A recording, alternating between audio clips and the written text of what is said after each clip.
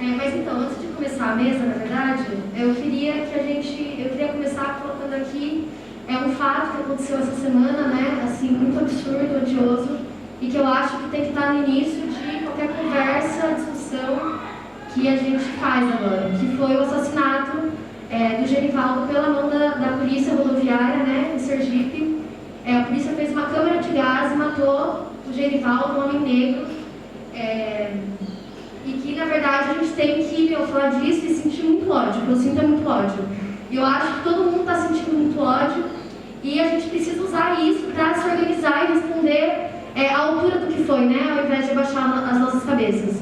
Para mim é muito significativo também que essa semana faz 2 anos do assassinato do George Floyd e que a gente precisa se basear, ter como exemplo o que foi o Black Lives Matter nos Estados Unidos, como a população se levantou contra a polícia em resposta ao assassinato, e também usar como exemplo as ações os movimentos que teve ontem em Sergipe, em resposta ao assassinato do Genivaldo, aquela cena em que as massas iam para cima da viatura e a viatura recuava.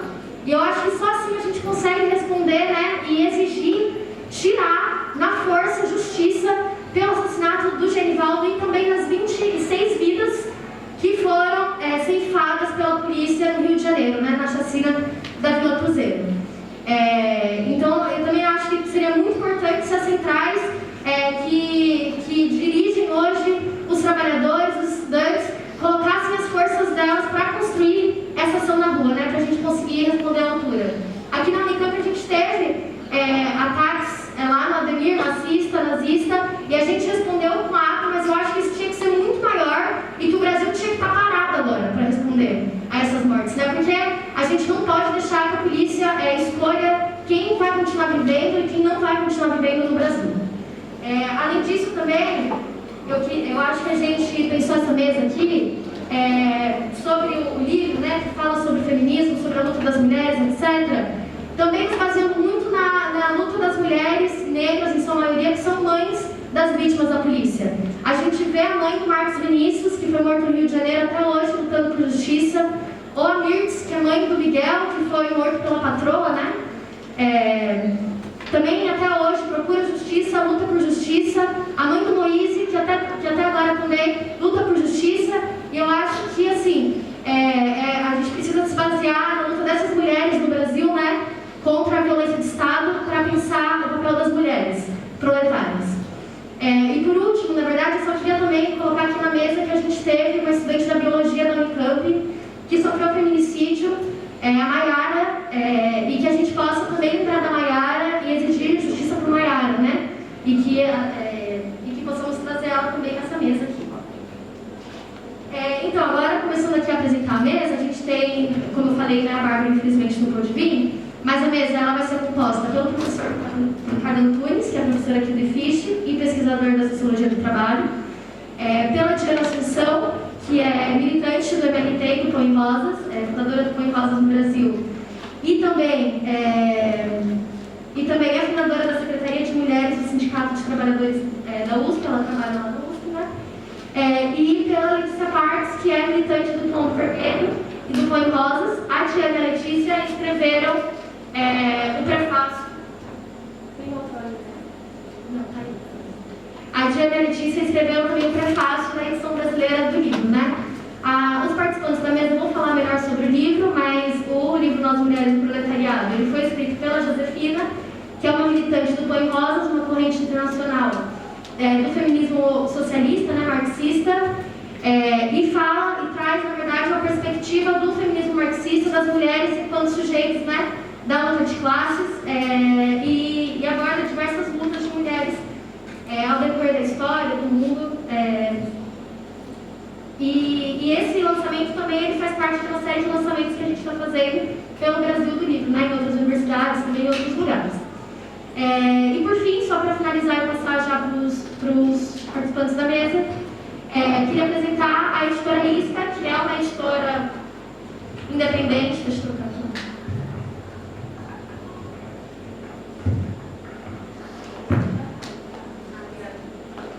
Que é uma editora independente, que tá bem melhor, né? Que a gente impulsiona aqui pela MLT. Tem outros livros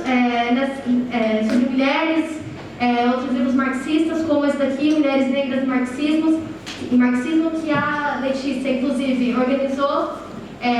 Também tem a Precarização, tem o Rosto de Mulher, que foi a Diana que organizou, entre outros livros. Agora também tem esse daqui, que é Pão e Rosas, uma nova versão do Pão e Rosas, que é da Andrea Data. E todos esses livros, inclusive o Nós Mulheres do Proletariado, estão à venda ali fora, na banquinha da editora Líspera. Então, no fim, quem quiser ir lá conhecer, dar uma olhada, fiquem à vontade. Então é isso, gente. Vamos começar. Eu vou começar passando a palavra aqui para o professor Ricardo Antunes. São 15 minutos, eu vou te avisar.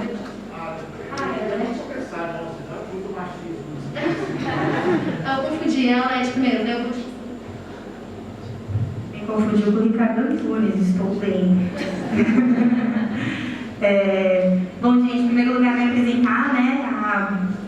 A mesa aqui já começou, né? Eu sou Letícia Parque, sou militante do... Gente, tudo bem se eu tirar só enquanto eu falo? Eu recentemente tive Covid, inclusive eu tenho ainda um pouco de falta de ar. Eu e a Diana, né, a gente contribui na edição brasileira do Nós Mulheres do Proletariado com alguns textos, né, o prefácio do livro, e eu escrevo um capítulo sobre o papel das mulheres negras na luta contra a escravidão. E eu vou, né, nessa tarefa aqui de abrir, acho que é bastante para contar um pouco o que esse livro traz para vocês, né? Então, é um livro que a gente traz uma série de exemplos de processos de greves, de mobilizações massivas, de setores proletários ou de população pobre na história, né, da classe trabalhadora, que tiveram à frente mulheres, né? Então a gente tem, por exemplo, todo um bloco aí das greves históricas, que é a minha parte preferida, inclusive, do livro, onde a gente traz, por exemplo, o caso da greve do Pão e Rosas, que alguns de vocês já devem ter ouvido falar, né? Que é uma greve que acontece em Lawrence, que unifica trabalhadoras de várias nações, né, migrantes dos Estados Unidos, numa luta conjunta contra a redução salarial. Também traz o exemplo da greve de mulheres tecelãs, que inaugura o processo da Revolução Russa de 1917. Também outras greves, né, como a greve que acontece na Espanha, que na verdade é um processo contra o aumento dos aluguéis e que fica conhecida na história como a greve das inquilinas, né, onde as mulheres se organizam para não pagar mais esses aluguéis. Então, enfim, esses entre outros exemplos, né, de processos de mobilização com características similares de conter dentro de si reivindicações que às vezes têm a ver com uma camada muito ampla, né, da classe trabalhadora, como é, por exemplo, o tema dos aluguéis, né, se a gente for pensar em um problema de massas no Brasil e no mundo, e que as mulheres tomaram a dianteira de organizar processos, inclusive bastante radicalizados, de mobilização pelos seus direitos, né? E com características que para a gente é muito importante, aí eu vou tentar desenvolver em específico o debate sobre a questão negra, né? Que inclusive é uma das contribuições aqui no livro, porque são processos que, além de terem as mulheres à frente, eles carregam algumas características que nos permitem trazer eles, reuni-los em livro e apresentar esse livro como uma perspectiva estratégica de como a gente entende o enfrentamento ao patriarcado, ao capitalismo, como uma tarefa urgente, né, para a nossa geração e para todas as que nos precederam, ou seja, um problema que está aí na nossa vida que a gente precisa definitivamente, como geração, enterrar, né, o problema desse sistema social e econômico onde existe tanto alimento e tanta gente com fome, onde existe gente indo para Marte, para a Lua e uma massa trabalhadora empobrecida que sequer tem sua própria casa, né, ou sua própria terra para plantar. Enfim, um sistema que precisa morrer, né, e ele não vai morrer sozinho, ele não vai se enterrar sozinho, vai precisar de mobilização e de organização política para isso poder acontecer. E esse sistema que é produtor e reprodutor de todas as opressões que nos vitimizam todos os dias, né? Então, o caso, por exemplo, do Genivaldo, que a gente viu essa semana, ou o caso da Maiara, né, aqui em Campinas, mostram como a gente está em pleno século XXI, vivendo o racismo inventado no século XVI, vivendo o patriarcado milenar que há milênios, né, faz da vida das mulheres vidas que valem muito pouco, né, que podem acabar da forma como acabou a vida da Maiara. Então, como enfrentar, né, patriarcado e racismo? Ou seja, esse livro ele também é uma ferramenta Por isso a gente não apresenta ele não como um livro, mas como uma arma, né? Para vocês poderem recorrer como uma referência para pensar qual é a estratégia que a gente propõe, que a gente reflete, que a gente entende que é necessário a partir de extrair as lições desses processos para a gente poder viver uma vida que vale a pena ser vivida, né? Que é uma vida comunista. E aí, para poder falar disso, eu vou me concentrar em um aspecto dos debates do livro, né? Que são o papel das mulheres negras na luta de classes. E aqui é curioso, né? Assim como talvez depois a gente vê o vídeo, né? Mas quando a gente escuta a palavra proletariado, talvez a gente não pense nas mulheres, né? Talvez venha a imagem de operários de macacão azul, braços fortes e tal, aquele operário que o Drummond também nega, né? Quando ele escreve o Operário no Mar, fala, bom, o operário não é isso aí.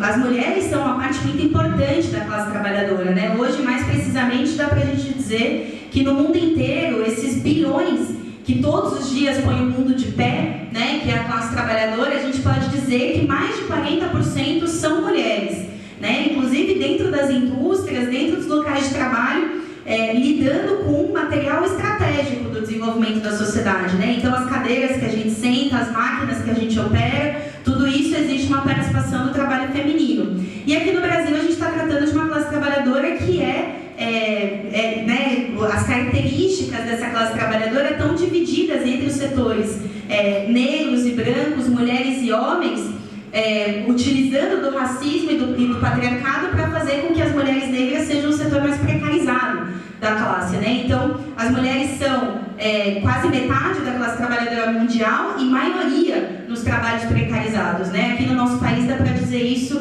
bem categoricamente e a gente tem a imagem do que é esse trabalho. Então, assim como a gente pode imaginar um proletariado diferente, né, do que a gente está habituado pelo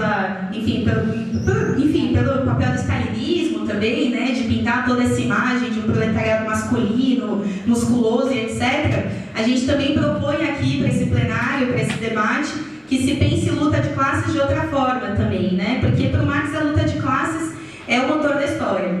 Então não dá para a gente pensar na história da humanidade e achar que a luta de classes surge com o capitalismo, né? A luta de classes, ela descreve o fenômeno do desenvolvimento da história no embate entre oprimidos e opressores, entre, na nossa época, né, capitalista, explorados e exploradores.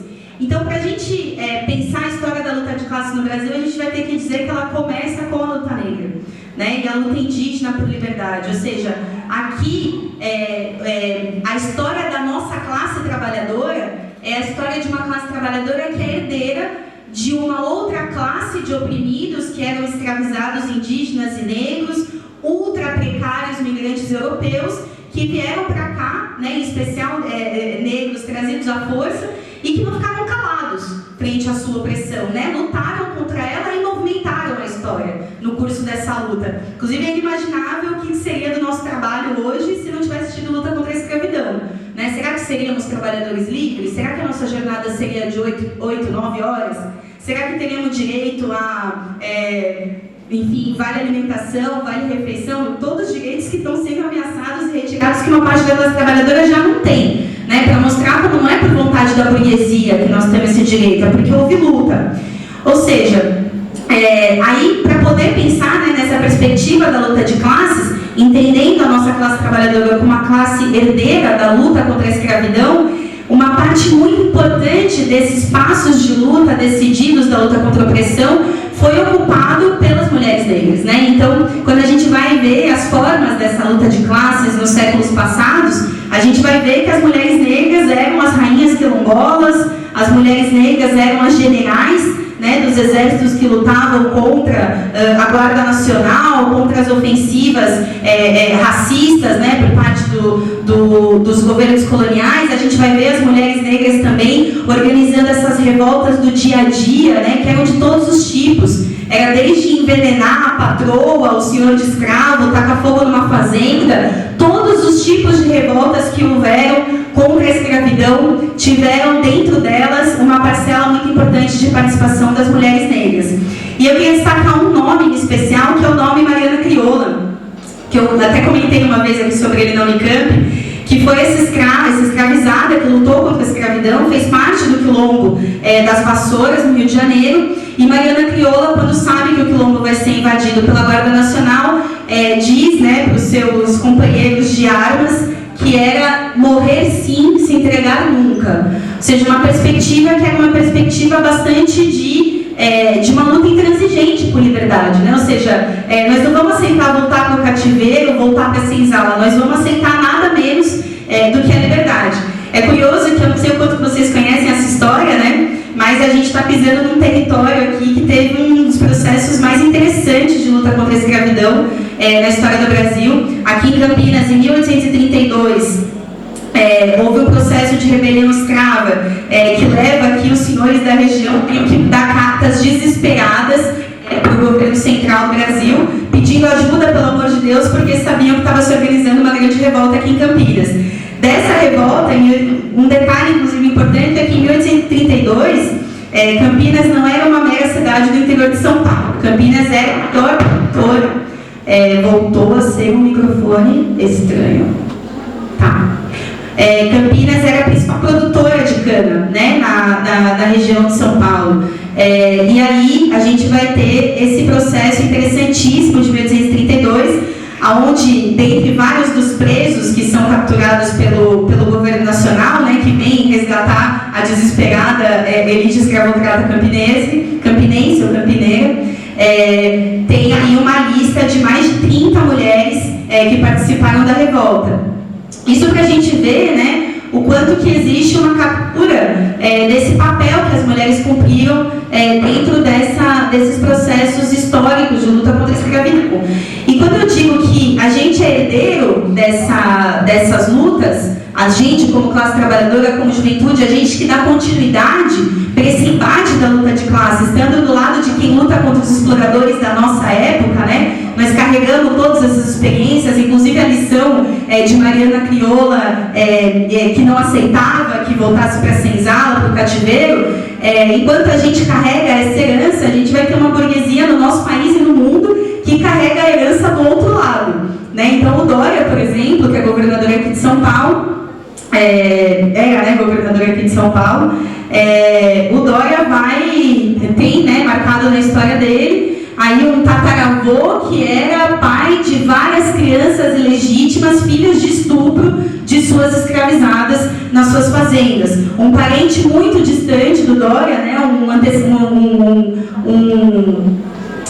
parente dele de 1600, no Alagoas, vai ser um dos maiores proprietários de fazendas escravocratas da região, né? Isso para falar do Dória. Agora, é importante a gente entender que toda a burguesia que existe na nossa época é herdeira da escravidão, né? De alguma forma, seja pela via de concentrar uma riqueza e uma herança que vem daí, seja porque herdou a ideologia e a opressão que é inventada com o processo da escravização de massas de negros africanos, né? Ou seja, a burguesia de hoje ela não é inocente do ponto de vista do racismo, né? Porque é uma burguesia que se alimenta desse mesmo racismo para manter uma situação de trabalho precário como a que a gente vê a grande massa da juventude trabalhadora vivendo hoje. Né? Inclusive, é importante a gente entender, né, quando a gente fala que nós temos uma classe trabalhadora herdeira da luta contra a escravidão e uma burguesia herdeira dos métodos de perseguição, de repressão, de trabalho escravo, nós temos também uma burguesia que é muito temerosa porque conhece a história da luta negra contra a escravidão e sabe que qualquer passo que a gente possa dar no sentido de se rebelar contra essa situação pode ser um estopim, né, a faísca de uma grande revolta de massas, né? E isso é muito interessante a gente ver como está acontecendo hoje, né? Então a gente tem, ao mesmo tempo que a gente tem, por exemplo, um Steve Bannon, né, que é esse cara multimilionário que enriqueceu rios de dinheiro durante a pandemia, fica passeando no espaço e etc. A gente tem os trabalhadores da Amazon, né?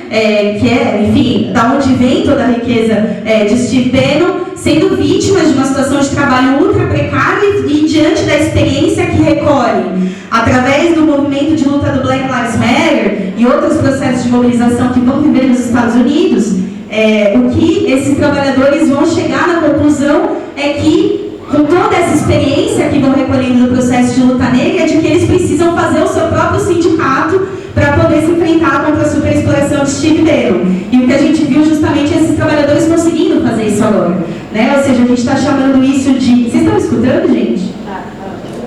Tá?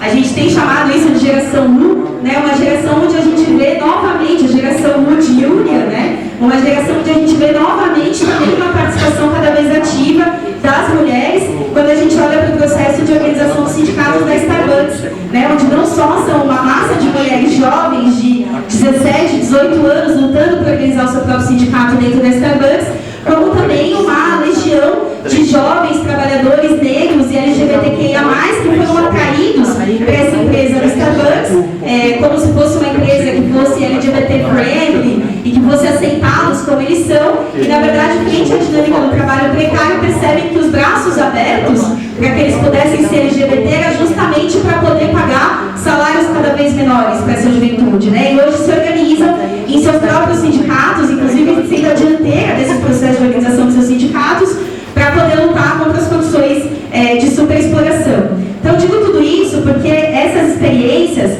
eu acho que elas vão educando a gente também a poder pensar como responder ao caso, por exemplo, do Genivaldo, que a gente viu essa semana.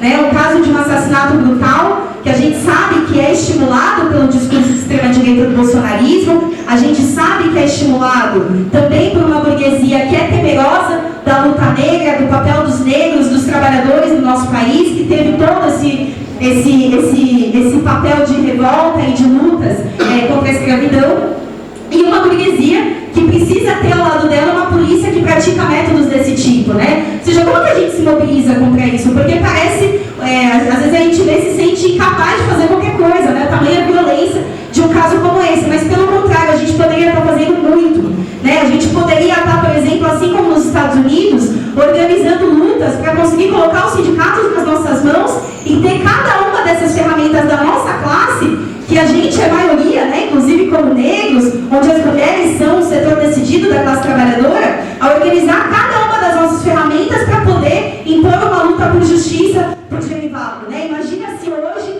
a gente pudesse em todo o país estar com uma convocação de greves e paralisações gerais e a gente pudesse estar lutando unificado, negros e brancos, homens e mulheres, indígenas, migrantes, toda a população trabalhadora, exigindo justiça para o Genivaldo, porque não vai vir de outra fonte, né? Sabendo o judiciário que a gente tem, que é um judiciário com toda a trajetória muito parecida, né? Que anda de mãos dadas, inclusive, com a trajetória de uma burguesia herdeira da escravidão. A gente tem um judiciário herdeiro da busca de escravos fugidos, um judiciário herdeiro das leis racistas. Esse é o judiciário do Brasil. E nesse sentido, né, é muito importante dizer que para isso poder ser feito é preciso dizer basta de paralisia das centrais sindicais, né? CUT e CTB mantém um pacto de paz com o governo Bolsonaro que nos impede que a gente pudesse estar hoje, inclusive, se mobilizando contra o assassinato do Genivaldo, porque não é falta de vontade, nós vimos a comoção nacional que se gerou por esse caso e poderia estar sendo feito muita coisa, né? Inclusive, centrais são dirigidas pelo PT e pelo PCdoB, que se colocam, né, em um discurso de oposição ao bolsonarismo, mas não tem um pacto de paz que nos impede completamente de poder estar se mobilizando já e agora contra essa extrema-direita e por justiça ao Genivaldo. Então, enfim, isso para mostrar um pouco como esse livro nos leva a pensar a política, os desafios da nossa geração, e que a gente propõe, então, que vocês possam ler, conhecer essas histórias, participar aqui dessa mesa, pensando justamente em como fazer desse livro uma ferramenta para um combate decidido por uma vida que vale a pena ser vivida. Então é isso, muito obrigada, gente.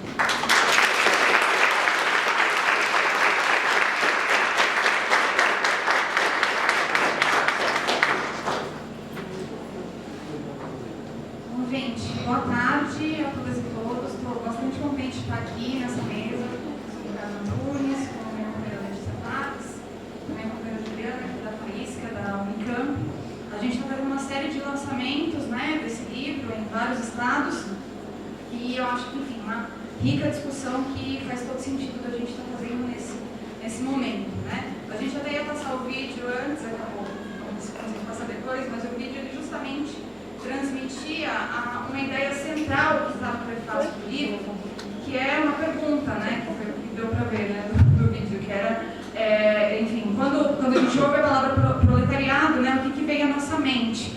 Porque é justamente trabalhar com esse imaginário, né, do que a Letícia estava colocando, e pensar que justamente né? Se por um lado muitas vezes vem essa ideia mais estereotipada, por outro lado, né, a própria frase magistral, né, do Marx, né, proletários de todo mundo unidos, que são coisas que permeiam o imaginário, né, a gente vê no século XXI no qual as mulheres trabalhadoras, né, da China ao México, dos Estados Unidos ao Brasil, da África do Sul à França, operárias, trabalhadoras da saúde, professoras, começam a invadir esse imaginário, né? Quem são essas mulheres, né, que estão invadindo o imaginário de todos? E no livro a gente diz, somos nós mulheres, o proletariado.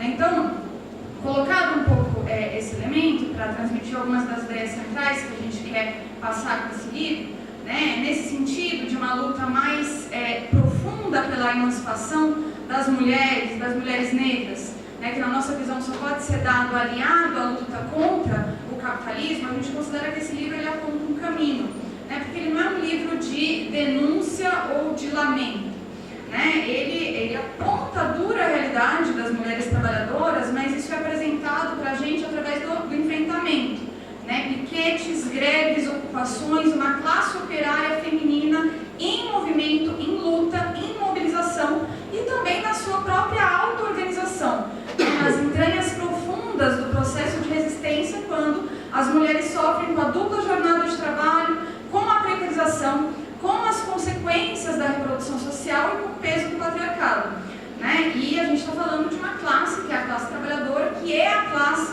revolucionária da nossa época, pelo seu peso na produção, e se trata de pensar se as mulheres podem ser a vanguarda dessa classe.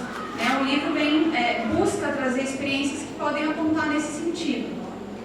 Então a gente, no livro, se pergunta também qual que é a relação entre a greve por pão e rosas no começo do século XX, entre também a faísca feminina que inaugurou a grande Revolução Russa de 1917 e as recentes lutas de trabalhadoras da saúde contra a pandemia, né, que a gente viu em vários lugares do mundo, ou até mesmo as greves das operárias da Ford em Dagenham.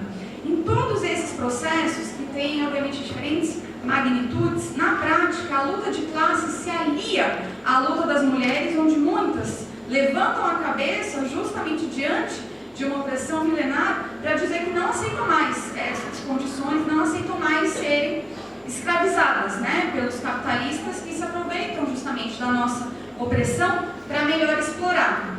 Então hoje, né, a gente também, ao mesmo tempo que a gente vê isso, né, em pleno século XXI, a gente vê um cenário um pouco, né, onde supostamente as mulheres dominaram o mundo. São presidentes, dirigem multinacionais, estão em todos os lados.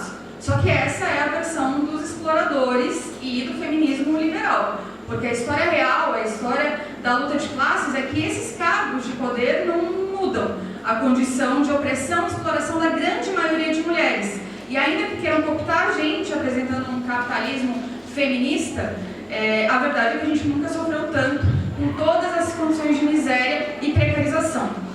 Mas também nesse sentido, né, tudo isso vai se dar com um novo peso desse proletariado feminino. Né? Que hipóteses que isso pode trazer para refletir a situação da classe trabalhadora?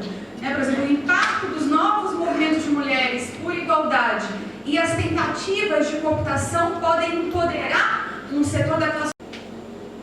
E a gente aponta que sim, inclusive no que diz respeito às suas debilidades, ou seja, das necessárias lições, né, que cada processo vivo traz. E uma das lições fundamentais que a gente aponta no livro é a necessidade de lutar para retomar os sindicatos nas mãos dos trabalhadores, com a auto-organização, enfrentando a burocracia sindical e exigindo, né, que se organize a luta efetivamente. A Letícia deu um exemplo bem concreto frente, né, a esse fato escandaloso, né, do assassinato do Genival.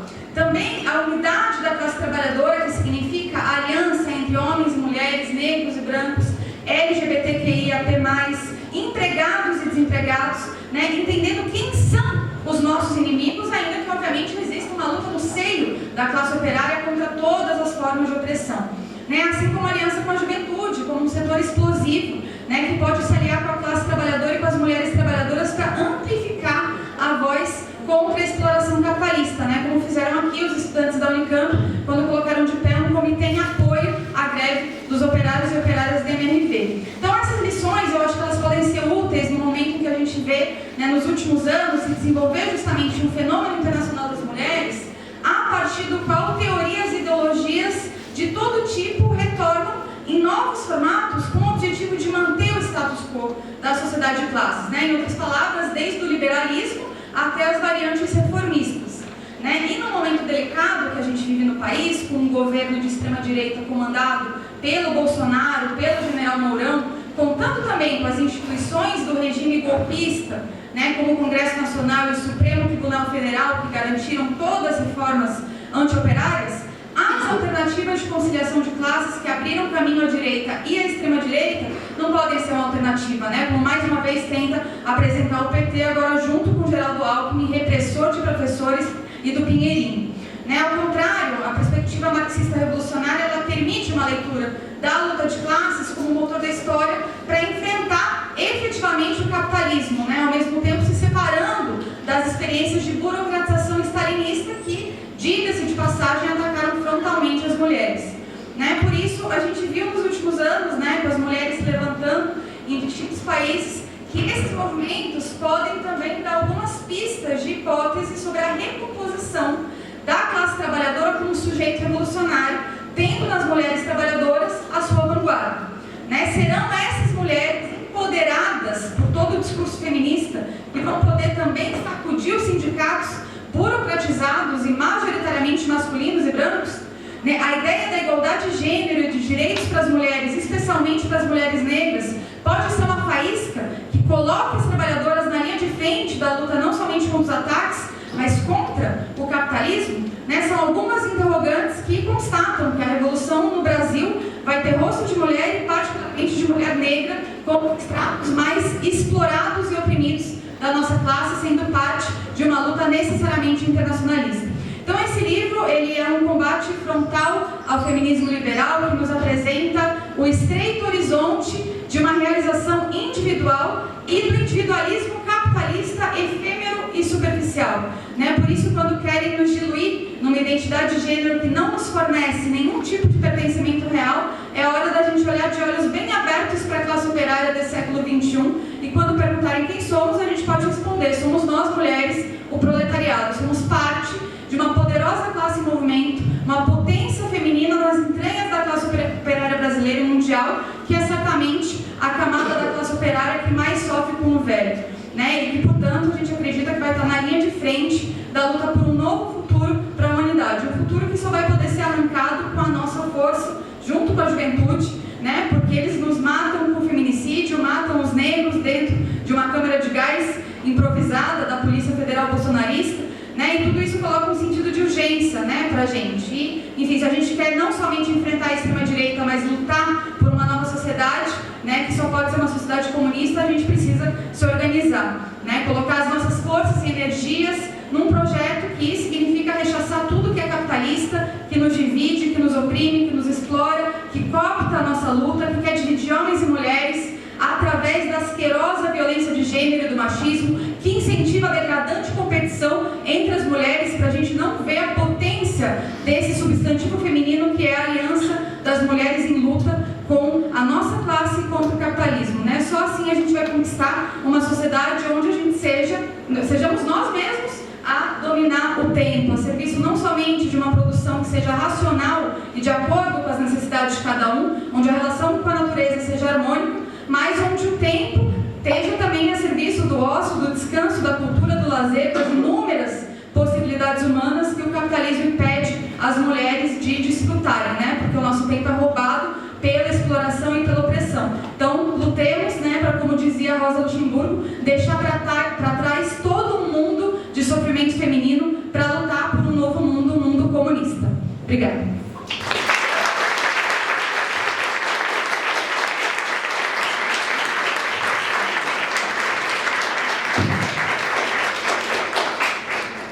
Muito bem, boa tarde a todos, todas. Eu vou pedir licença para ficar de máscara, por uma questão muito particular, familiar.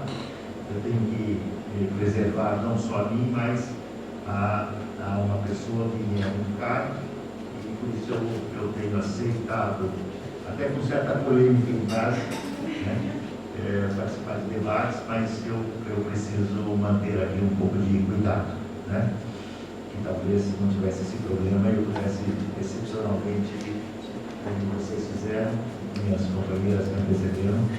permitiram falar sem esse horror tampando a nossa boca. Mas como nós estamos vivendo um inferno, né, que tapa as nossas bocas todo dia, a máscara é quase uma parte menor desse inferno, né? Quero também dizer que, agradecer vocês, né? É muito bom estar aqui com a Júlia, com vocês, com a Diana, com a Letícia, e especialmente, e falo isso porque assim penso, há uma revolução feminista em curso em escala global. Eu acho que esse é um dos movimentos mais importantes desse nosso período horroroso. Assim como o movimento de negros e negras, pretos e pretas, antirracista também de amplitude global. E a questão crucial é se esses movimentos serão, para lembrar o nosso querido Florestan, serão movimentos dentro da ordem ou serão movimentos contra a ordem? Essa é uma questão decisiva. O movimento feminista é possível e necessário que ele se dê dentro da ordem burguesa, numa espécie de feminismo burguês, que hoje todos os dias na mídia nós vemos, né? Inclusive, posso fazer um comentário crítico para você, Diana, só um, com muita fraternidade, que aliás eu aprendi com a minha companheira, com a Cláudia Mazei, né? A Cláudia fica nervosa, estou brincando, eu estou pondo na boca dela palavras que não são. Eu acho que você não deveria refletir, talvez, ou poderia refletir, que eu aprendi isso com ela, eu nunca tinha pensado isso, eu não usava essa expressão. Mas eu acho que as mulheres não devem lutar pelo empoderamento. O empoderamento é uma categoria burguesa, entende? É uma categoria burguesa. Assim como nós lutamos por ações afirmativas. Não, nós lutamos pelo socialismo. E se nós lutamos pelo socialismo, nós queremos o fim do poder e a igualdade substantiva. Então eu digo isso com muita fraternidade, porque se você não fosse uma militante feminista marxista, eu não falaria. Né? Porque o normal é isso, empoderamento, não é o teu caso. Agora somos empreendedores, você vê, nós temos um movimento forte do empreendedorismo nas favelas, negros, negras, né? Como se fosse a saída para os negros e negras das favelas é o empreendedorismo. Claro que é muito diferente, né? Mas eu tenho tido muito cuidado. Vocês acho que nunca vão me ver falar, olha, precisamos de resiliência e sinergia, entende? Ricardo, ou então ele está correndo. Porque são palavras que têm sentido, né? A resiliência vem inclusive das ciências exatas, mas o capitalismo adultera o léxico. E hoje não tem nenhum CEO, Chief Executive Officer, para usar a sua designação em inglês. Faz tempo que eu estou tentando achar um equivalente em português, bem foda, assim, para botar no lugar. Resiliência e sinergia. Então eu só deveria pensar nisso, eu não sei se... Claro, não precisa, mas isso não é mais uma sugestão de reflexão, e que não é, aliás, minha, né? Eu aprendi também com uma mulher trabalhadora, né, marxista, claro, é um tema aberto. Depois eu queria ouvir também a tua opinião, porque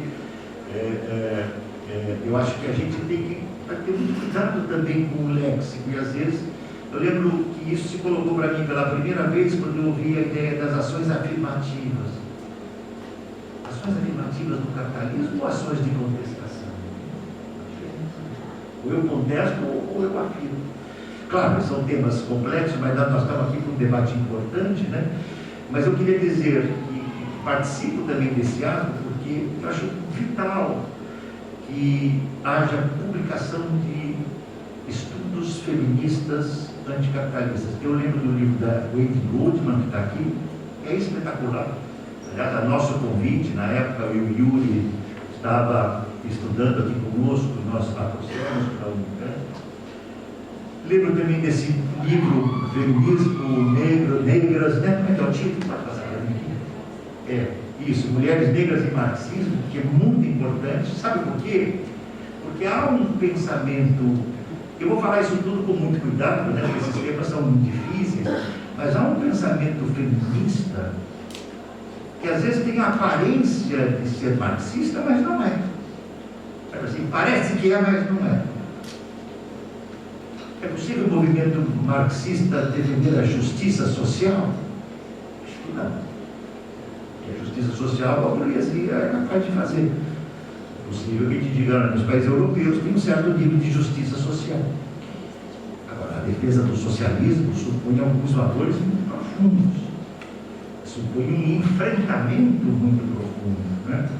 Então, o primeiro comentário que eu queria fazer é que nós precisamos de literatura, porque ganha muito. Eu já vi muitos estudos feministas citarem Marx para negar as teses marxistas essenciais. Se eu tivesse num debate outro, mas aqui é um debate muito importante, por isso que eu acho que estudar, refletir, né, sobre o papel da mulher trabalhadora proletária na sua luta contra o patriarcalismo ecocapitalismo é vital. Como vocês estão fazendo? Por isso eu vi com simpatia esses 2 livros que eu li anteriores, né, e esse eu comecei a ler. Esse também é muito rico, porque são vários flashes, né, vários momentos em que a luta das mulheres trabalhadoras aflora. E como você disse muito bem, não é? Você e a Letícia, quer dizer, tem uma implicação muito profunda. A Margaret Thatcher é mulher, mas ela também é a dama de ferro. Né? Lembra dessa expressão? Dama de ferro. Imagina, não deve ser fácil. Né? E era mulher, mas era uma mulher, digamos assim, vital no processo de opressão. Enquanto a luta das trabalhadoras, que são citadas aqui da Ford na Inglaterra, foi vital para, tá certo, derrotar o domínio do capital, não a greve, não estando no momento microcósmico da greve, né? Então esse ponto me parece muito importante, porque ele leva ao segundo. O momento que nós estamos vivendo hoje, né, é a crise mais profunda de toda a história do capitalismo. Eu não vejo nenhuma similitude em profundidade com os períodos anteriores. Talvez, assim, vou citar aqui a nossa Rosa Luxemburgo, vai parecer aparentemente uma contestação a ela, mas não é. Mas talvez hoje não se coloque mais a questão socialismo ou barbárie. Porque nós já estamos na barbárie. E estamos no estágio avançado da barbárie. Eu acho que a questão que se coloca hoje é socialismo ou o fim da humanidade. É mais grave. E a Rosa, se estivesse viva hoje, estaria nos ensinando isso.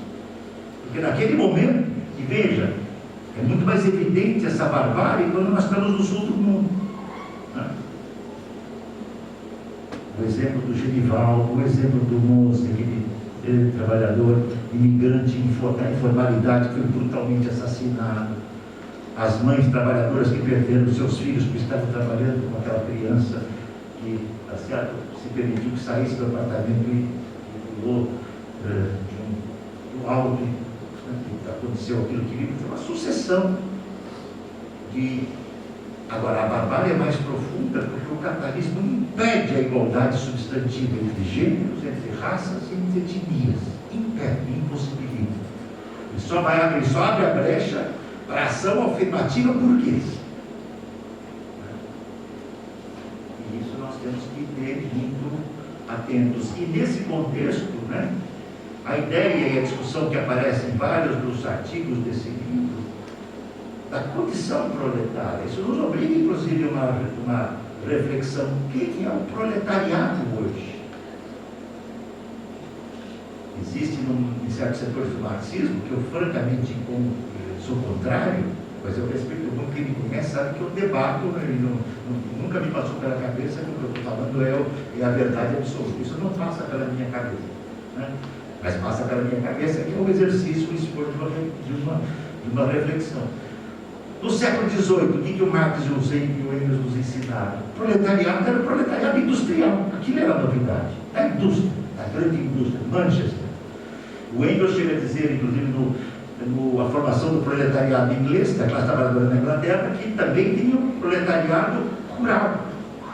Estava nascendo porque há uma transformação capitalista da indústria e uma transformação capitalista da agricultura. No final do século XVIII, eu já falei 10 minutos. Puxa, eu pensei que eu fosse levar uns 5 minutos e não tivesse mais coisa para falar e não estou no meio, mas eu vou manter no horário, direitinho, claro. Hoje nós estamos vivendo, e esse é um outro elemento muito importante, porque o livro dá muitas pistas concretas e empíricas disso, a explosão do setor de serviços e E não é a sociedade, na minha modo de ver, não é a sociedade pós-industrial. É a indústria de serviços, é outra coisa. Porque sociedade pós-industrial então não tem mais classe trabalhadora. Por favor, né? Aqueles que defenderam o fim do trabalho, acho que modestamente eu contribuí para enterrar essa tese. Não só no Brasil, como na América Latina e na Europa. Enterrar. Tá certo? Aquela ideia de que a classe trabalhadora acabou, não imaginava um proletariado de serviços. E a Letícia e a Diana citaram tantos exemplos. O que a trabalhadora doméstica é? Frequentemente, predominantemente negra, na informalidade, é no serviço. O que, digamos, é o setor que mais se expande. O que o trabalhador uberizado é? Está nos serviços. Só que o capitalismo converteu o setor de serviços, através da sua privatização e da sua comoditização, num setor altamente rentável, lucrativo e gerador de mais-valia. Professor, mas o Marx nos ensinou que a mais-valia só nascia na indústria. Escuta, ele vai fazer o curso lá no Unicamp com o Ricardo Antunes, que só cita o Marx, ele não lê comentador. Nós vamos aprender que é bem diferente. Era óbvio que o Marx só podia priorizar ao seu tempo o novo, e o novo era a explosão do proletariado industrial. Hoje nós temos a explosão do proletariado de serviços. Claro, mas e na China e na Índia, professor? Claro, eu sei que cresceu. Só que o proletariado de serviços se expande em todos os países do mundo, enquanto o proletariado industrial não. O industrial no sentido tradicional da transformação. Né? Porque tem vários países que, especialmente os países capitais avançados, desindustrializam para transferir.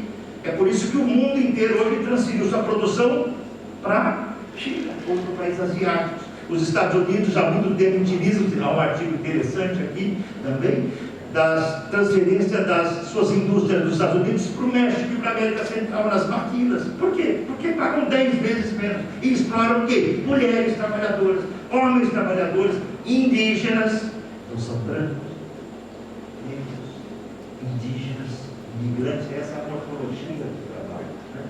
E isso é muito importante, porque é diferente. Se a gente luta pelo socialismo, não é por justiça social, como diz uma conhecida autora feminista, muito linda e muito reconhecida, né? Mas que, ao dizer que luta, o movimento feminista luta pela justiça social, ela está obliterando a luta pela emancipação humana e social, que é mais profunda. E aqui tem uma questão importante.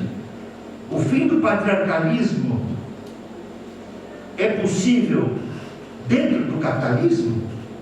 Será que o capitalismo comporta uma igualdade onde homens e mulheres vivenciem, como diz a Rosa Luxemburgo, uma igualdade, ou como diz o Mesdares, uma igualdade substantiva? É uma impossibilidade absoluta. O que o capitalismo permite é, tá certo, a expansão de um feminismo burguês, de um movimento antirracista burguês. Né? E isto abre, e com isso eu vou terminar, né? Eu penso que há duas questões que vários desses textos, eu lembro bem do texto da Wendy Goldman, por exemplo, e alguns dos capítulos daquele também, e tantos outros que nós temos que explorar, certamente os livros da Diana, tá certo? Eu lembro de um livro antigo, publicado aqui, acho que até vocês a conheceram, foi um dos primeiros, como é que é? O gênero nos une, a classe nos divide, tá? Como é que é chamado aquela companhia? Era do PSTU, a Cecília Toledo, tá certo? O gênero nos une, as mulheres, LGBTs, a raça nos une, negros com negros, mas a classe nos divide. Nesse sentido, eu acho que duas questões são muito importantes para uma análise feminista marxista e tem vistas nesses livros. Primeiro, é não tratar dualisticamente produção e reprodução. É como assim, tem o mundo da produção e tem o mundo da reprodução. Agora vamos falar do mundo da reprodução. Não existe reprodução sem produção. É uma impossibilidade. A reprodução está absolutamente implicada com a reprodução. E uma não existe sem outra. O filme do Ken Loach, Yes, o início de Yuba, você não estava aqui, né? Que é espetacular. O Ken Loach é uma sucessão de peças geniais, né? É um gênio do cinema. A mulher trabalhadora do Kerr, né? A companheira do trabalhador que comprou lá a van para ser uberizado, aquela mulher trabalhadora vivencia o trabalho reprodutivo, é cuidadora, o trabalho produtivo, porque ela presta serviços por empresa dos cuidados do que é, e ela tem o seu trabalho reprodutivo não remunerado em casa. Então, é muito complexo. E há um certo movimento feminista que esquece as relações sociais de produção e vai tratar da reprodução em separado. O capitalismo está batendo palma. Está batendo palma. Boa, essa parte. Até todos os inimigos do Corinthians, o empate na bola. Nós corintianos ficamos ensandecidos. Mas a turma que não gosta do time, não, do alvinegro, o time das classes trabalhadoras brasileiras, vamos dizer assim, mas não é brincadeira. Isso é brincadeira. Né? E certamente é um dos, isso é claramente brincadeira. E o segundo ponto tem a ver com esse, que é outro terreno que eu acho que as mulheres marxistas têm que enfrentar, e estão enfrentando como o trabalho de vocês, da Diana, que eu conheço. Eu acho que eu cheguei até a fazer uma nota ao Cláudia fez o seu primeiro livro, eu não lembro se eu fiz também, não tem mais tempo, tem tantos outros trabalhos, que você fez o depoimento das trabalhadoras, revistas isso aí, está aqui, ó. É isso aí. A precarização tem rosto de mulher, tem uma notinha, né? Que é a questão do trabalho produtivo e do trabalho reprodutivo. Que é a questão do trabalho produtivo e do trabalho improdutivo. Isso também merece um cuidado. Ah, professor, mas o Marx só fala do trabalho produtivo. Vai fazer o curso lá com o Ricardo Antunes. Desculpe falar assim, é brincadeira, eu não tenho arrogância nenhuma, porque é elementar. No primeiro capítulo do Capital, no segundo, no terceiro e quarto, Marx fala do trabalho produtivo como trabalho humano e necessário para a humanidade. O trabalho é produtivo para a humanidade. No capítulo 5, ele vai dizer: agora nós temos que entender uma outra coisa. Agora entrou um negócio chamado sistema do capital, capitalismo. Agora nós temos que entender o que o capital considera produtivo. Aí o capital que isso é produtivo, o trabalho que é mais produtivo. Se eu desconsidero essa diferença, como algumas autoras muito conhecidas do feminismo contemporâneo, e vou dizer: olha, essa questão não é relevante. Veja, se eu começar a lutar para que as mulheres estejam na esfera do trabalho produtivo, é em última instância uma luta burguesa. Nós queremos eliminar o trabalho produtivo. Marx nos ensinou que o trabalhador, se pudesse, e nós devemos acrescentar hoje, o trabalhador e a trabalhadora, se pudessem, fugiriam do trabalho quase de uma peste. Ou no seu capítulo inédito, ou no capítulo 4, no seu manuscrito de 44, ou no capítulo 14 do Capital. Estou lembrando aqui tudo de memória, naturalmente, livremente. Ser produtivo para o trabalhador, e nós acrescentamos para a trabalhadora, não é sorte, mas azar. Então veja como a questão é complicada. Ah, mas o Marx só tratou do trabalho produtivo. Não, não é verdade. Agora, a engenharia genial do Marx é que ele detonou o trabalho produtivo. E como é que é possível, no sentido capitalista, o trabalho que produz mais-valia, que é aquele que a trabalhadora doméstica faz, que a trabalhadora uberizada faz, que a trabalhadora, por exemplo, a trabalhadora nossa que limpa esta sala. Essa sala está bonitinha, porque alguém ralou aqui. É mulher, provavelmente das trabalhadoras que nós conhecemos aqui, que a gente, até anos atrás, inclusive a porta de entrada delas ali parecia uma portinha de espaço de cachorro. Pequenininha aqui, a pessoa tinha que abaixar para entrar lá dentro. Não é possível isso. Essa trabalhadora que limpa esta universidade, ela é geradora de mais-valia na empresa de terceirização que é contrária. Então ela é produtiva para o capital, ainda que trabalhe numa universidade que não tem por objetivo vital a produção de mais-valia. Ninguém está extraindo a nossa mais-valia aqui agora, a nossa felicidade.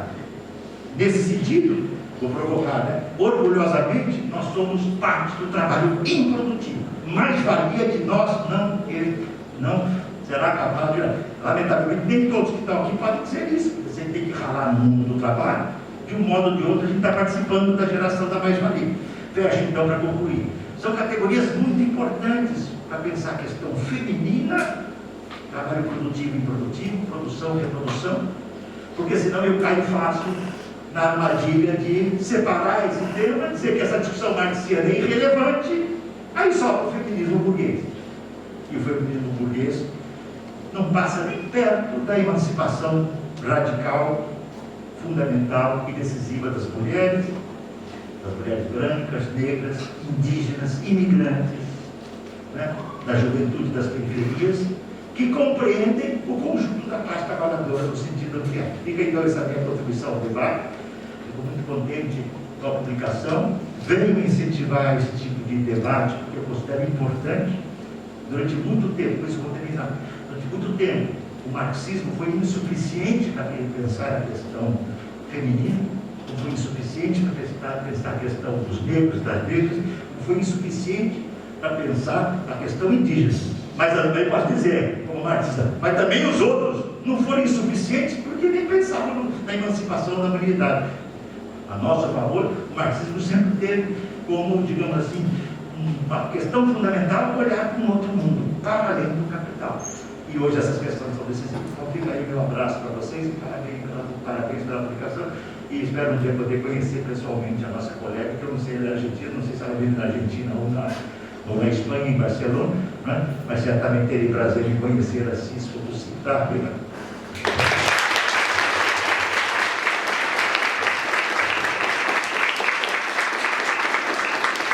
Bem, só para no debate aqui, antes de abrir, rapidamente, para dialogar com o professor Ricardo Antunes, essa questão que você colocou do empoderamento não é exatamente isso que eu tentei transmitir, até porque você trouxe uma definição, né? O gênero nos une, a classe nos divide, que é, enfim, uma frase que dá para entender que se trata de apontar uma identidade de gênero, né? Mas, em algum sentido, na verdade, não. O gênero não nos une, no sentido da unidade, né? As mulheres trabalhadoras não estão unificadas com as mulheres burguesas, então, ou seja, a identidade de gênero não necessariamente nos une. E isso é importante porque, você fez uma definição, né? Está em curso uma revolução feminista. No sentido de figura de linguagem, sim, porque tem um fenômeno internacional. Agora, do ponto de vista efetivo, do que significa a definição de revolução, a questão é que justamente as mulheres não são uma classe, as mulheres são um grupo policlassista. Então, frente a esse processo que a gente vê desde a época do ataque neoliberal, é uma tentativa de cooptação dessa luta e dessas demandas das mulheres em disputa hegemônica de qual vai ser o setor que vai responder à luta das mulheres. É a classe operária fazendo uma revolução e com as mulheres trabalhadoras à frente, para levantar a demanda das mulheres, justamente abrir espaço a uma sociedade sem exploração e sem opressão, que é impossível dentro do capitalismo, ou vai ser o próprio capitalismo que vai apresentar empoderamento, que vai apresentar mulheres em poder e tudo isso, e etc. Então, esse processo, ele vem sendo muito massivo ao longo dos últimos anos. E por que é importante a gente ver isso? Porque se trata justamente de um processo. Uma coisa é os debates que a gente faz a nível de vanguarda, digamos assim, ou seja, dos movimentos, etc. Outra coisa é o impacto de massas. Então, nos últimos anos, frente a um discurso de empoderamento, pode fazer com que as mulheres trabalhadoras, ouvindo isso, lute como uma mulher, né? Você decide o seu destino, etc. Isso possa se voltar justamente contra essa sociedade capitalista que está tentando cooptar a luta das mulheres. E aí as mulheres não irem para o empoderamento individual, esse estreito horizonte que apresenta o neoliberalismo e o feminismo liberal, mas sim ir para um poder que é de classe, né? Que é a luta do poder de classe, a luta do poder da classe trabalhadora por uma outra sociedade, para abrir espaço a uma outra sociedade. Então, assim, só para dialogar um pouco com esse elemento que você colocou, Ricardo, porque, sim, a definição de empoderamento é uma definição digamos assim, do feminismo liberal, né? Essa ideia, né, de mulheres no topo, negros no topo, inclusive, também, etc. Mas o que eu estava tentando demonstrar era justamente a contradição de que justamente esse discurso de igualdade de gênero e da questão racial também se encontra como estratégia socialista, revolucionária, pode terminar, na verdade, alentando que as mulheres se sintam empoderadas, digamos assim, e comecem a pensar em coisas que vão contra essa sociedade capitalista. Muito mais nesse sentido, assim, espero ter ficado um pouco mais claro, mas só para enriquecer o debate, que está muito bem fazer, obviamente. Só para eu estou de pleno acordo com todo o teu conteúdo. A minha colocação é bem mais simples, mais modesta. Avalie se esse termo, se essa conceitualização, essa definição é pertinente, é mais pertinente. Avalie, não precisa responder não, porque eu concordo com o conteúdo. Não, eu sei.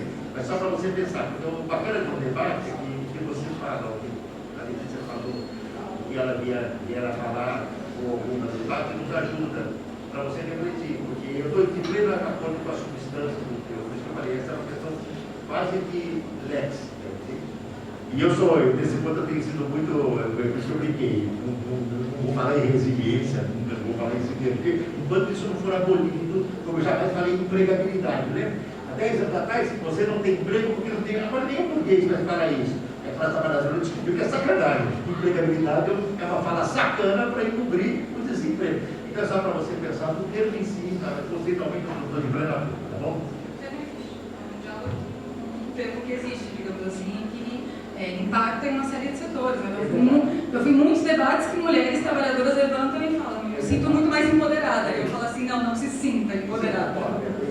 A questão é, justamente, que poder é esse? O poder individual, você está buscando um poder individual que o capitalista te vende para você, sei lá, se empoderar individualmente, ou se trata de uma luta coletiva porque não tem fim da emancipação dentro da sociedade capitalista, né? Acho que se trata, entendo o que você colocou, mas eu estou tentando transmitir que existe um fenômeno massivo internacionalmente de uma tentativa de cooptação muito grande, né? E que, justamente por isso, uma revolução efetivamente teria que ser operária socialista para levar a cabo essas demandas das mulheres. Mas, assim, só para fazer um diálogo. Gente, antes de abrir para as intervenções, que a gente passou uma lista, né? E no final, usando essa lista, a gente vai sortear um livro do Nós Mulheres do Proletariado. Então, quem não assinou, com quem está a lista? Está lá atrás com uma vez que não assinou, ela pode Agora a gente vai abrir para intervenções, então quem quiser se inscrever para falar alguma coisa, vamos aí.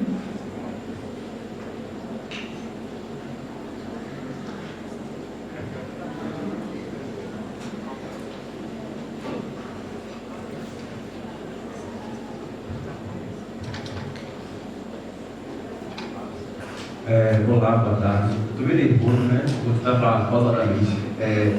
Meu nome é Alexandre Souza, sou daqui da Unicamp, sou do mestrado em História. Sou de Salvador, importante falar. Eu vi aí parabéns pelo debate, mas muito bacana. Eu vi falar muito sobre feminismo liberal, racismo burguês, antirracismo burguês, enfim, né, uma série de liberalismo, burguesia, etc. Aí eu tenho uma dúvida que é sincera, não é uma retórica. Cooptação do movimento feminista, do movimento negro, etc. Há uma cooptação, né, das esquerdas pelo liberalismo. Por que eu pergunto isso? Nos últimos anos nós estamos vivendo uma série de desgraças causadas pelo liberalismo. O golpe, Dilma, a reforma da Previdência, trabalhista, enfim, uma série de desgraças aí, tá terrível. E aí, né, claro que todas as demandas são importantes, né, a esquerda é plural, etc., tem várias demandas, todas importantes.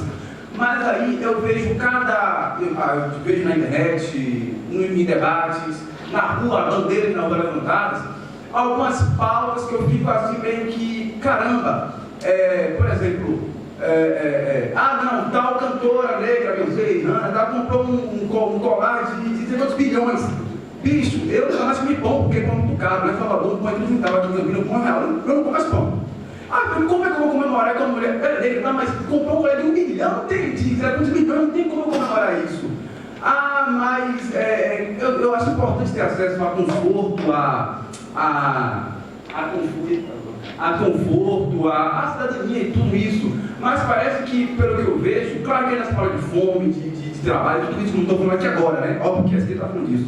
Mas, no meu ponto de vista, parece que muito mais, agora atualmente as mulheres, está vendo post agora, as mulheres estão aí comandando a indústria pornográfica.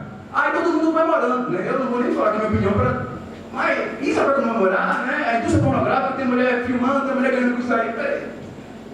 Parece que está tendo aí, parece que o que eu vejo é que assim, alguns grupos de esquerdas, partidos e pautas estão muito liberais. E assim, eu acho, posso ser equivocado, eu acho que nós não teremos acesso à plena cidadania, à igualdade a partir do liberalismo, das pautas liberais, porque o liberalismo, na verdade, ele levanta barreiras do nosso acesso à cidadania. Então, em poucas palavras, é isso. Por exemplo, eu não vejo colocar na pauta da esquerda combater a política de drogas, porque é uma política liberal e racista. A prova está aí. Não foi a primeira chacina, não foi a última e não vai ser a última, infelizmente. Teve a de Jacarezinho, teve outras. É uma política de drogas liberal e racista. Enfim, em poucas palavras, resumir para não falando mais, a minha dúvida é essa, né? As esquerdas, né, partidos, alguns grupos dentro da universidade, tipo, eu fiz história na UNEP, e eu estou falando da questão da Unicamp, falar de luta de classes era algo anacrônico, entendeu? Então parece que assim, não, vamos aqui lutar para... O que é importante, né, você ter um carro, uma casa, muito importante, mas eu vou comemorar uma mulher que comprou um colégio de quantos milhões, para mim faz sentido, eu não estou comendo pão, eu vou comemorar que a mulher comprou um colégio de quantos milhões. Enfim, e é isso. Existe essa liberalização da esquerda no cenário atual. E uma coisa, né?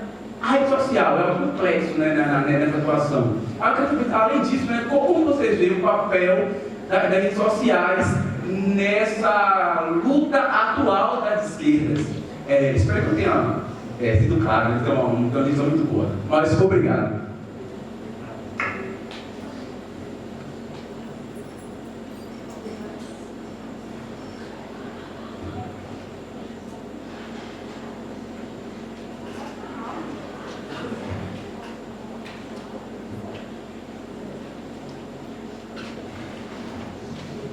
Uma questão que eu sempre fico pensando de uma maneira baixa, que eu sempre me na cabeça as massas de migrantes que trabalham no Ministério do Marketing, são super explorados, no nicho, e tem outras salários super baixos. Então, se vocês pudessem desenvolver a questão da sexualidade, a gente teria mais trabalhador. Um pouquinho, essa primeira parte da trabalho do sexo, fala isso não. A questão da sexualidade e a toda a classe trabalhadora.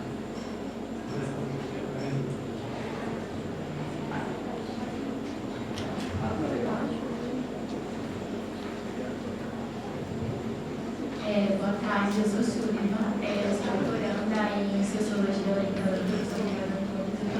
não sou de Salvador, mas eu sou da Bahia também. Eu tenho uma dúvida.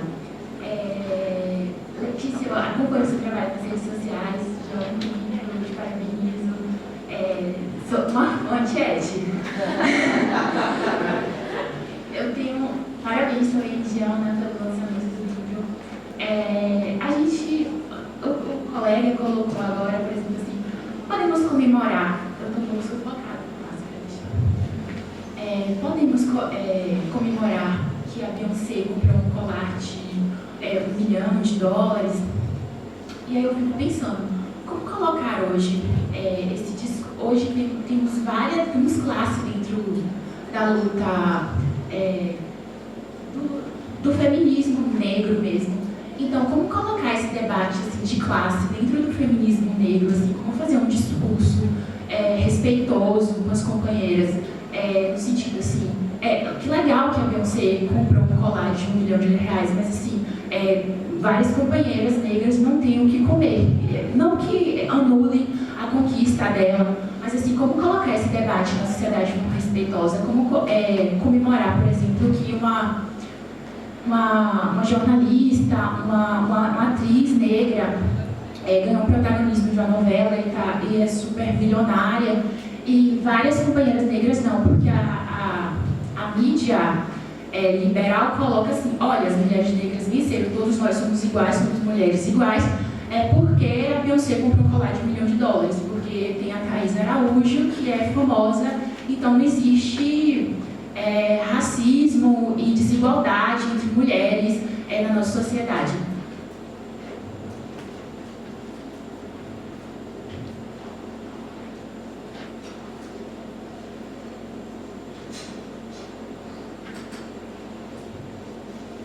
Gente, mas alguém quer fazer alguma intervenção?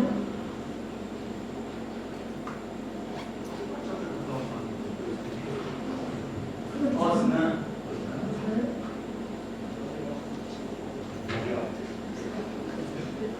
Se ninguém mais for falar, acho que a gente pode abrir para a resposta, né?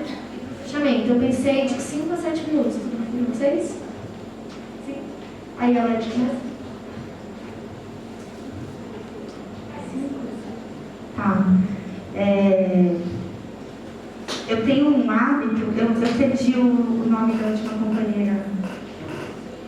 Sullivan. Eu tenho um hábito, assim, frequente de pôr o nome da empresa da Beyoncé no Indeed. Você já viu o Indeed?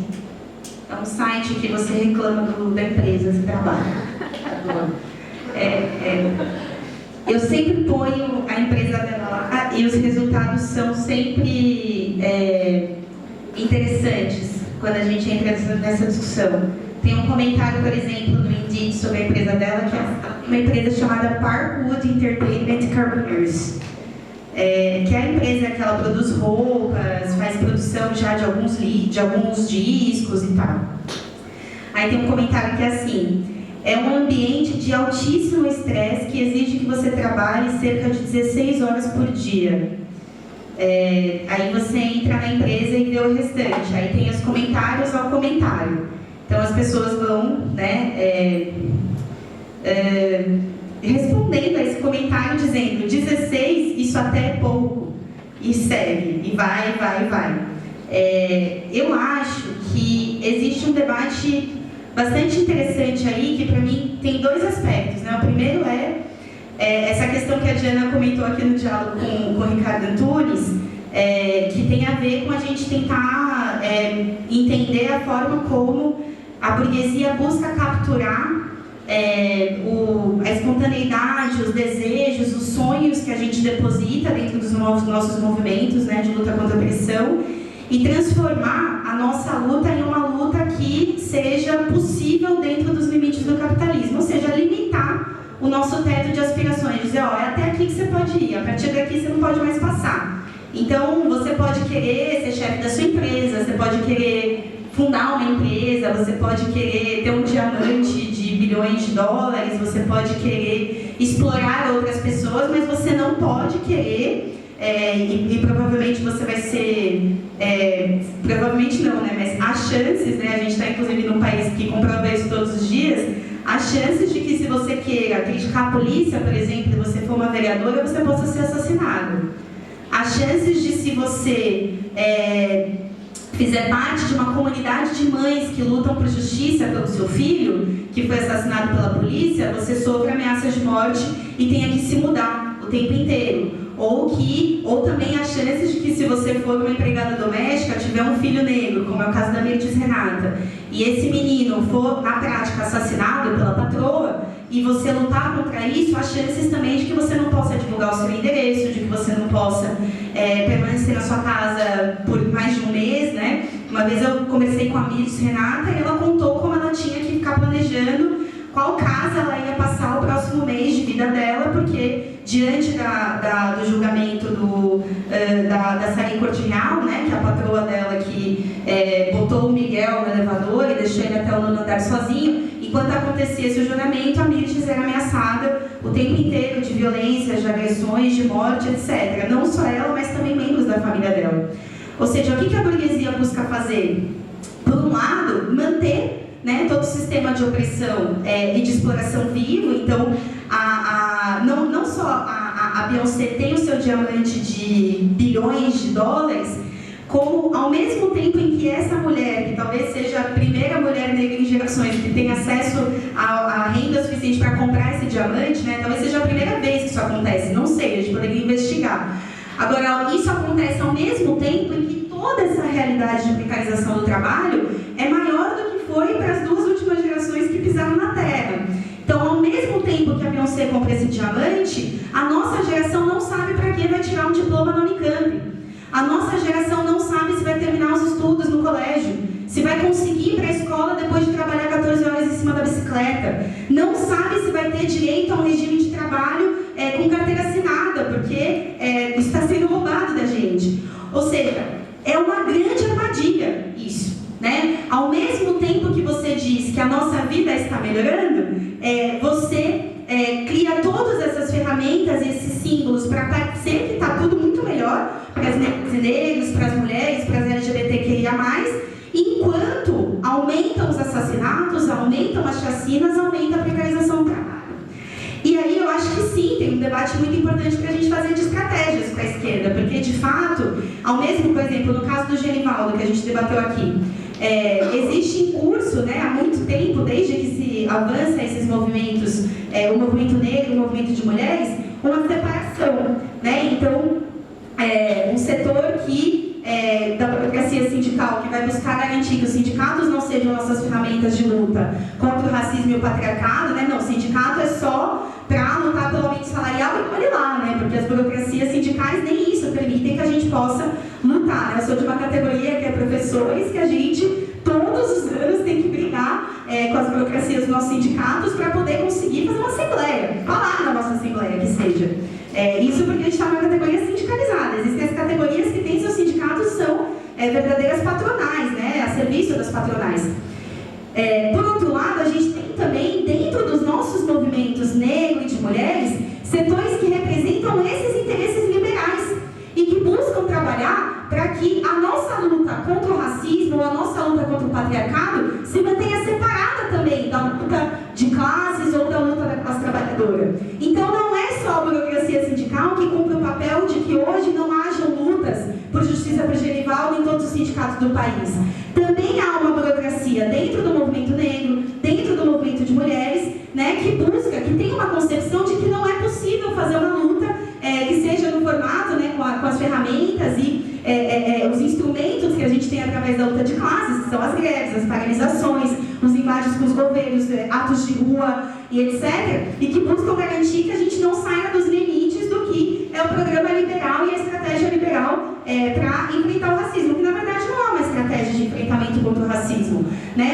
É uma perspectiva de que é possível que os topos do capitalismo possam ser um pouco mais democráticos, né? Então não é mudar a forma como a sociedade capitalista se organiza, pelo contrário, é garantir que lá no topo dessa organização possam estar algumas mulheres, alguns negros, etc. Agora, quando perguntam pra gente se nesse sentido a Beyoncé é uma mulher como nós, é muito importante dizer que não, né? Nesse sentido, me remeter aqui ao debate que teve entre a Diana e o Ricardo, porque o fato de eu ser negra, você ser negra e a Beyoncé ser negra não nos faz iguais, né? O fato de ela ser uma burguesa, dona dessa empresa, onde trabalhar 16 horas é o mínimo, faz com que ela seja parte de um setor que quer garantir que o racismo continue. Porque, na verdade, o racismo e o patriarcado é parte do que mantém o capitalismo vivo. Tentemos imaginar, né, um exercício simples, a gente tentar imaginar, quando a gente fala precarização do trabalho, tem cor negra,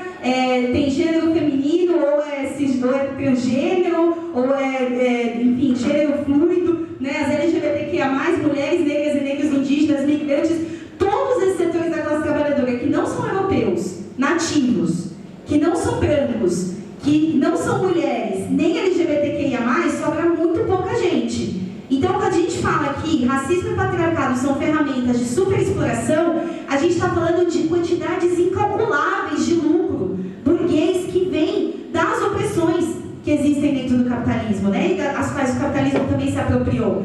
Então, a Beyoncé, por mais que ela seja negra, ela é uma burguesa que, por defender o sistema capitalista, não tem interesse que o racismo deixe de existir. Porque se o racismo deixa de existir, o que acontece com a burguesia? Né? Foi a pergunta que o Ricardo fez aqui pra gente. Será que o capitalismo consegue garantir igualdade, direitos sociais, igualdade para as mulheres? Não, todas as vezes que a gente conquistou algum novo direito foi através da nossa luta, da nossa mobilização.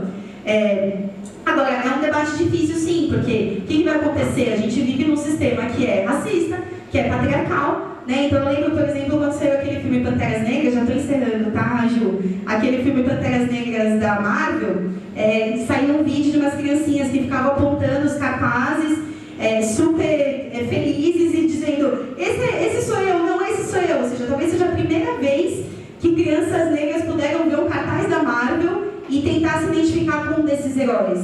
Então, é de fato uma decisão muito difícil. Agora, o que a gente precisa pensar? Né? Que o objetivo da Marvel e da burguesia de fazer isso não é o de melhorar a autoestima e nada dessas crianças negras, inclusive que eles estão se preparando para que essas crianças negras possam ser o novo precariado.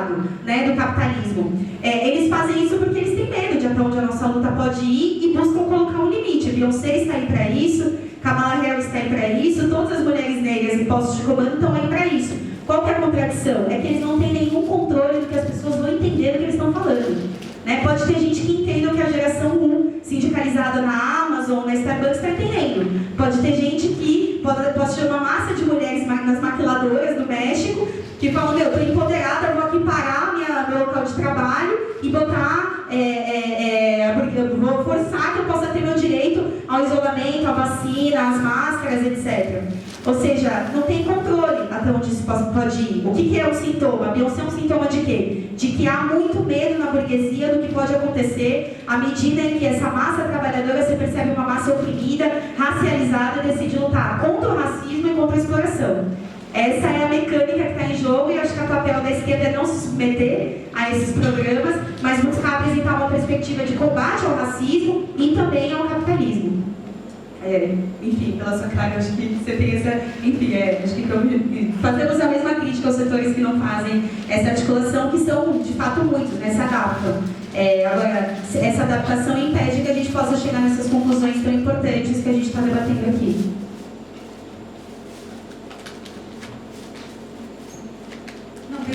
Eu já coloquei algumas questões aqui já antes com o professor Ricardo, mas eu só queria reafirmar aqui nas considerações finais alguns elementos.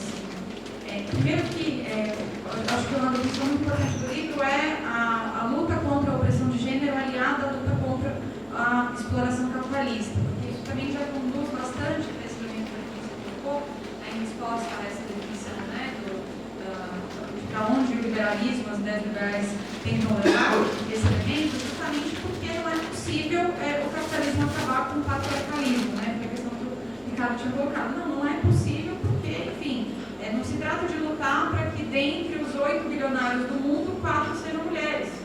Ou seja, porque se trata disso, né?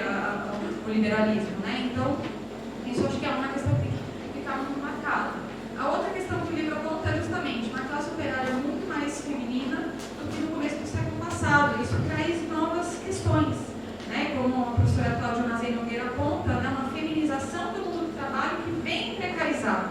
Né? Então, isso traz uma série de questões, a necessidade dos sindicatos levantarem a demanda da unidade da classe trabalhadora, não aceitar essa divisão entre efetivos e terceirizados, né? Enfrentar toda a precarização, unificar a classe trabalhadora e ver que hipóteses que isso podem colocar também como as mulheres trabalhadoras como vanguarda da classe. Justamente o livro tenta mostrar greves com rosto de mulher, mas justamente mostrar que as mulheres trabalhadoras, por serem os setores que mais sofrem com essa sociedade, também estiveram historicamente na linha de frente. Eu acho que essas definições podem ajudar a gente hoje também a pensar como ter uma luta não somente que não sucumba a esses liberalismos que vocês citaram, mas que defenda os setores mais explorados da classe, a juventude LGBT e etc., mas nos conduza também a uma luta sem nenhuma conciliação, né? E esse debate está colocado, porque a gente está enfrentando uma extrema-direita odiosa, né? E todo mundo odeia, né? A maioria odeia o Bolsonaro, o general Mourão, enfim, todos esses militares, mas também é preciso tirar lições dos processos históricos e ver que a tentativa de apostar mais uma vez na conciliação de classes também nos leva a um beco sem saída, né? Ou seja, transformar em estratégia apenas a luta contra a extrema-direita e não contra o conjunto dessa sociedade, porque aí também o capitalismo acaba ficando intacto, né? A situação dos Estados Unidos mostra um pouco isso, né? Que a via eleitoral não é uma garantia para derrotar efetivamente a extrema-direita, que está aí, mais uma vez fortalecida com o trumpismo, se preparando para uma boa eleição, um bom resultado para eles, né?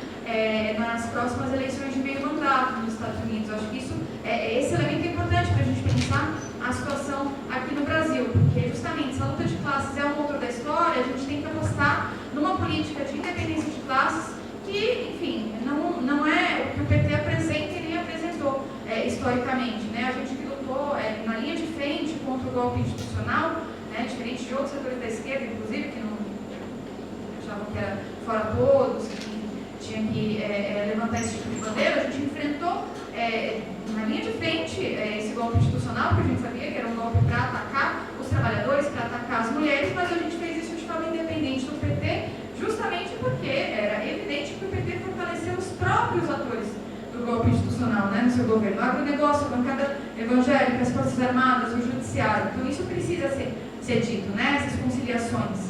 Né? Então acho que a luta das mulheres hoje se insere na batalha por uma alternativa de independência de classes, que passa pela auto-organização, por exigir das direções sindicais, né, que se movimentem, que organizem a luta contra todas essas reformas que atacam e destroem a vida das mulheres, como a reforma da Previdência, reforma trabalhista, lei da terceirização irrestrita, e unificar a nossa classe com a juventude, com os movimentos sociais, para organizar uma luta efetivamente anticapitalista e revolucionária. Então, espero que esse livro ajude nessa perspectiva, que esses debates são importantes também, ajudem essas discussões, inclusive, trocas, acho que são muito importantes, frutíferas, e enfim, convidando todo mundo também para conhecer mais dessas ideias no Esquerdo Diário. A gente vem fazendo muitos debates também sobre a situação da esquerda nesse momento, porque tem uma crise importante na própria esquerda em relação a o que fazer frente às eleições. A gente coloca a necessidade de lutar por um caminho de independência de classes que não se alinhe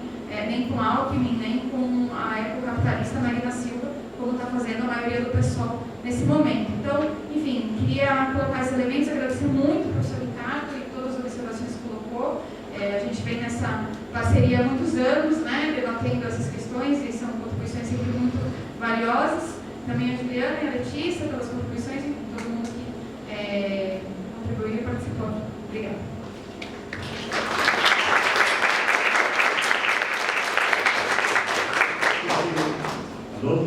Vou ser bem breve, vou tentar ser bem breve. Primeiro a questão do Osdan, aqui a sequência, em sintonia com os constituintes ali pela Letícia Fragiano, né? Eu acho, Osdan, que você tem inteira razão. Uma parte da esquerda está subsumida ao liberalismo, ou, na sua versão atual, ao neoliberalismo. Esse é um processo complexo. Eu posso dizer francamente, quando o neoliberalismo apareceu, né, o Margaret Thatcher na Inglaterra, para pegar o caso europeu, não foi o primeiro, começou aqui no Chile, tá? E dizendo que a máxima do neoliberalismo era tornar cada indivíduo possessivo e proprietário, diz isso não tem futuro. O neoliberalismo se tornou muito poderoso, um conjunto de fatores que não dá para tratar aqui, né? Mas hoje muitos partidos de esquerda estão no universo do social-liberalismo, que é o neoliberalismo com verniz. O sol bate, o verniz apaga e vira puro neoliberal.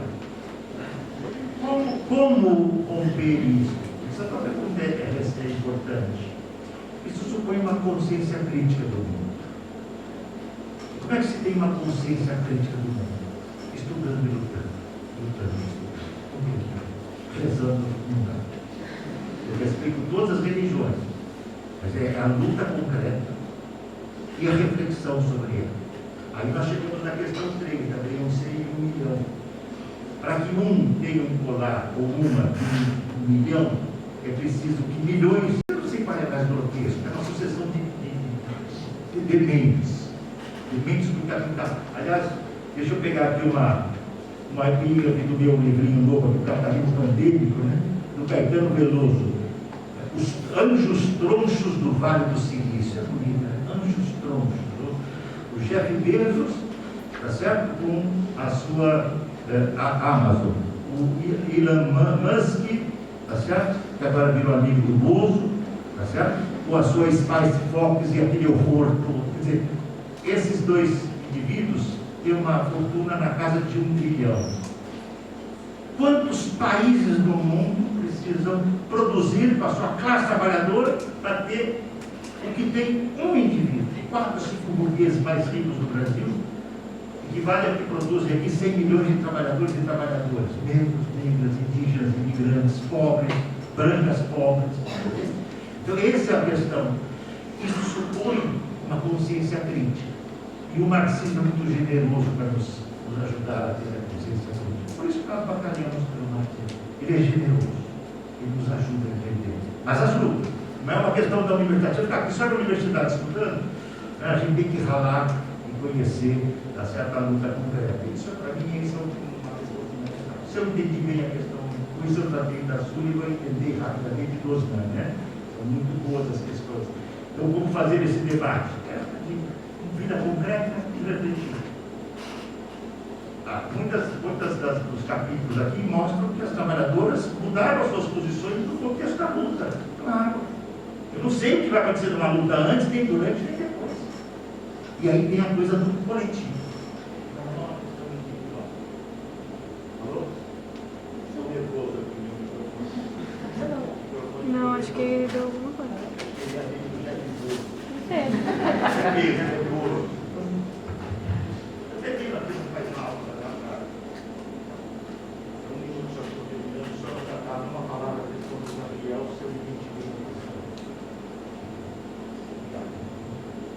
Gabriel, veja bem, os constrangimentos, né, de classe, de gênero, de raça, são partes da vida do capital. Nas pesquisas que eu orientei aqui, muitas trabalhadoras de telemarketing, por exemplo, o trabalho de telemarketing foi feito, o próprio estudo da Cláudia, o doutorado dela é sobre as mulheres trabalhadoras de telemarketing. Eu orientei que não me engano várias pesquisas sobre isso. Né? Era um espaço que muitos e muitas, né, indivíduos LGBTQI+, e preferiam trabalhar, porque no espaço de atender um telefone, você está invisibilizado daquela agressão que você tem quando você está num balcão de uma loja, do que for, e aquele indivíduo boçal, tá certo? Porque eu não quero ser atendido por ele porque é homossexual ou por ela, por isso eu quero ser atendido por ele. Ou então aquele modo de responder uma agressão, só porque o tom de voz do trabalhador não é aquele que o macho está obrigado a seguir. Então, existe uma questão que é a discriminação muito forte. As empresas sempre excluíram os negros, tá certo? E preferiram os brancos, as negras e preferiram as brancas, né? Porque o negro estava fora do mercado de trabalho. Esse país teve mais de 4 séculos de escravidão. O trabalho escravo persiste e continua. Agora, é muito importante, por isso que a nossa conversa aqui, eu repito, até onde eu conheço o trabalho da Diana, na essência, caminhamos juntos. O gênero nos une no sentido feminino burguês, porque a classe trabalhadora feminina tem interesses que são, obviamente, antagônicos à classe burguesa feminina. Por isso que eu provoquei com o caso da Margarida Italiana. Certo? Para dar só esse exemplo. Então há, digamos assim, uma questão vital. E neste caso, muitas vezes, entrevistados diziam: eu prefiro trabalhar no telemarketing, porque no telefone eu sou menos agredido do que aquela agressão visual direta quando eu estou no balcão, entendeu?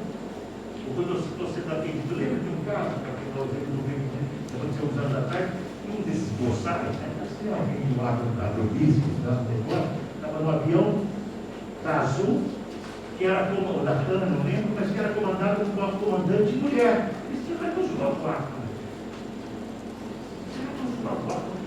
Imagina se eu vou voar com uma mulher dirigindo essa volta aqui.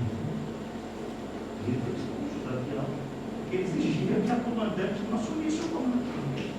Então, é a aberração a que chega o machismo. Ele é muito mais violento ainda quando é racista, de gênero, da questão de gênero, de raça e da questão da sexualidade. Tá certo? E muitos indivíduos que não aceitam serem atendidos por LGBT. Então, há espaço de trabalho que você, pelo menos, é menos agredido ou é menos agredida, tá certo? Pela condição que você tem lá. Você está falando por um telefone ou por um celular, tá certo? E não tem a agressão direta. Não sei se ajudou, para mim foi um prazer participar. Bacana, foi, eu pensei que ia ter 3 pessoas, não tem a mesa aqui, né? Mas tem a mesa que tem 3, tem 4. Foi legal, acho que é a primeira vez que nós conversamos um pouquinho mais, né? Já nos vimos muitas vezes aqui. A Letícia, uma moça aqui também, acho que é a primeira vez que eu estou vendo aqui a gente se encontra na mesa, é a primeira vez que estamos juntos, né? Mas parabéns pela iniciativa de vocês, tá bom? Um abraço e sem luta substantiva não mudaremos o mundo. E a luta substantiva tem classe, tem gênero, tem raça, tem indivíduo, querem fechar o sucesso.